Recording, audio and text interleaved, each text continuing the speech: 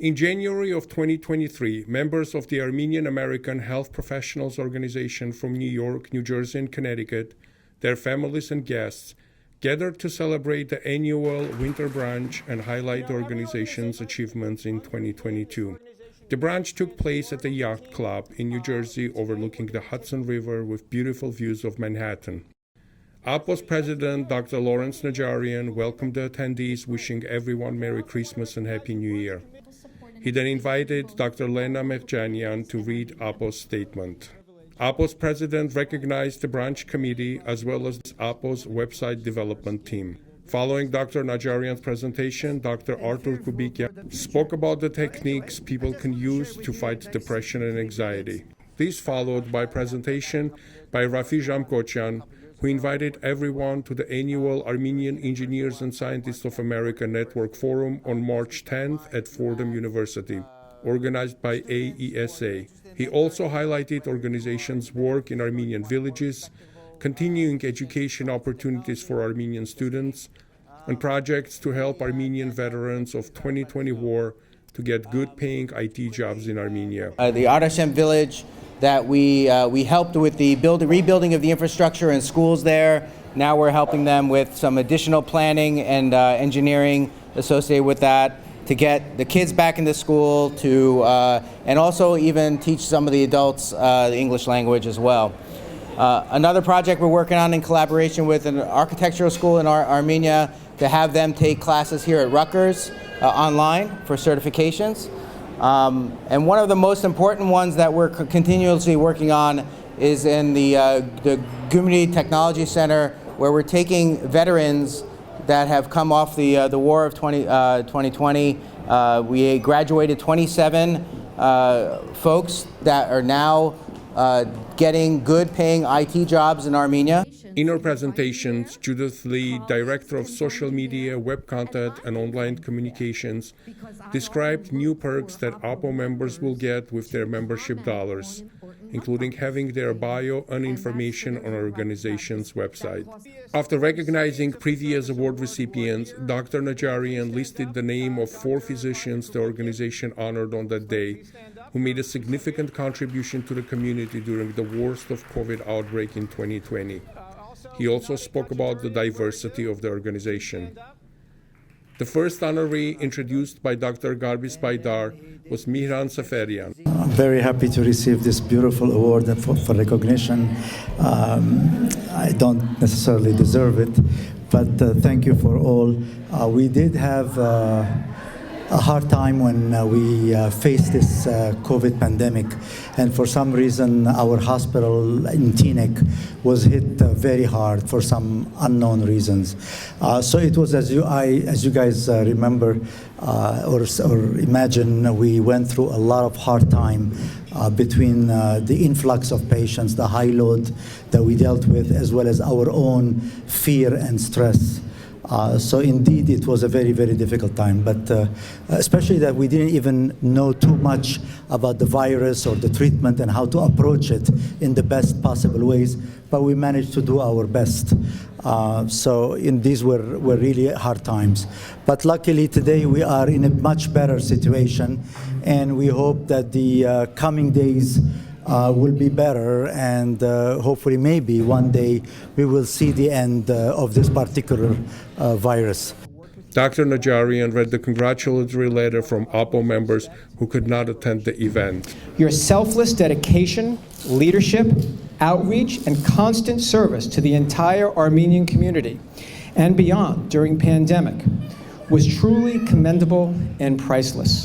He then introduced Dr. Kim Hakimian as the next award recipient and invited Dr. Tsoli Kojaglanyan to accept the award on her behalf.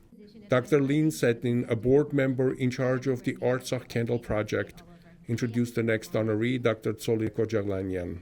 In her acceptance speech, Dr. Kojaglanyan spoke about the resilience of Armenian people. She then recalled the challenges she as a physician faced in her early days of COVID. So our initial aim when we got together with a few of the AAHPO members was to see how we can help Armenia really try to combat this new virus, because the resources there are probably not as good as we have it here. So little did we know, obviously, that the havoc that's going to be created here is not going to be at all less than in every other country in the world. And I decided at that time that since there is so much flood of information coming in, you can imagine, like Dr. Seferian, I'm sure another fellow infectious disease physician, at that time we were constantly in meetings from 8 a.m. to 8 p.m., COVID, COVID, COVID, COVID. So for someone who knew the material, and even for me it took a while to sift through the information, I can imagine how someone who doesn't have any medical background, how stressful that must have been. A kind of a hell, really, that you don't want to go through, especially in the beginning days when we had zero information about it. All I knew it was going to be very bad, and that's when we decided collectively, but thank you for, by the way, Lynn, all those kind words that you said, that I was inspired to empower my fellow Armenians. So I think one message I have today for all of you is let's try to empower each other. I think that for me, that was one thing I could do during those difficult times. And I hope that even if I made a tiny difference in your lives, in your screens, in your mental, physical well-being, just to know that someone is there who can help you if you needed it, that's already a big thing. I think that I am humbled to say that I made a difference. Dr. Najarian introduced the next honoree, Dr. John Belizikian, a leading specialist in osteoporosis. We live in a community. This is a very special community. And I accept this award, but I want to share it with all of you because we are part of a unity as we each contribute in our different ways, but ultimately we are focused to help. And I think the words that come to mind are cooperation. AAHPO is a wonderful example of a cooperative group. During the height of COVID, it was an opportunity to learn from each other and to apply that learning to practical issues as we try to improve our understanding of this virus and how to deal with it. And now we think we're over the worst of it, but we never know. We need to continue to be vigilant and continue to be driven to do as much as we can. Larry mentioned that I have received a few honors, but I don't really view these as honors. I think these are just examples of what we're all doing. I'm just representing all of you. In his presentation, Andranik Gasparian, Board of Trustees of Tufenkian Foundation, congratulated all the honorees and spoke about the difficult situation facing Armenia and Artsakh. He gave his assessment to the current geopolitical situation and spoke about the role of the diaspora in a current political climate. Artsakh is now in a near total blockade.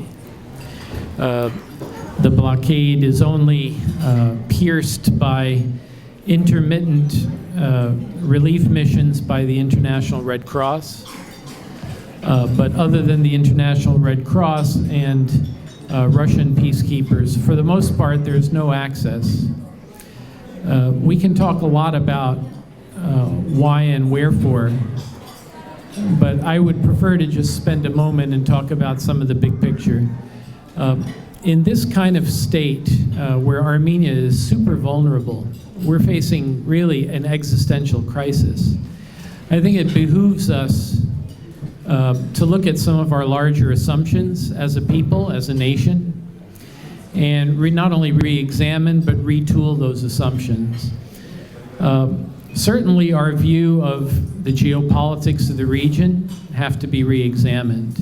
I think many people for many years simply assumed that at the end of the day, it didn't matter what we did, Russia would protect us. It has become clear that Russia, which did once exist, is no longer. It is weaker. It has prioritized the fight over Ukraine well beyond our issue. And frankly, today it needs allies, and it has found them in the form of Turkey and Azerbaijan. So today's Russia hardly resembles the Russia of the 1990s, which put its foot down when the Turks sought to enter the Caucasus. Today's Russia is weaker, more pliable, and cannot necessarily be depended upon. Of course, it is still the largest, most influential power in the region, Armenia would turn its back on Russia at great peril. But we have to first and foremost understand that we can't simply wait for support from above. We have to develop our own sources of strength, our own AI industry, our own defense industry, our own capabilities so that we can actually protect our nation state ourselves, not simply look for outside support. At the end of the event, new AAHPO member Armen Kholopian made an appeal to support Armenian economy and businesses. And something very special that this group can do is being an extension of Armenia's brand and message. Most specifically, do you know how many people work in the Armenian embassy in Washington, D.C.? The answer is 10. So here at AAHPO, our colleagues in the Armenian Bar, our colleagues in ASA, in law, science, engineering, and healthcare, there is an important role to play. Another insight I'll convey to you is that, did you know we have 2 health tech robotics companies from Armenia that made it to Time magazine? So with this and with colleagues, and I'm delighted to hear Antronik's commentary, we are engaged in a movement to double Armenia's economy. Armenia's economy currently is 15 billion. Azerbaijan has cleared 50. So when you have a ratio of close to 4-to-1, it exacerbates things such as the blockade. As more people join the ranks of AAHPO, this vital organization becomes stronger and more effective every year. And with COVID still with us and ongoing difficulties in the motherland, the importance of AAHPO's mission is more important than ever.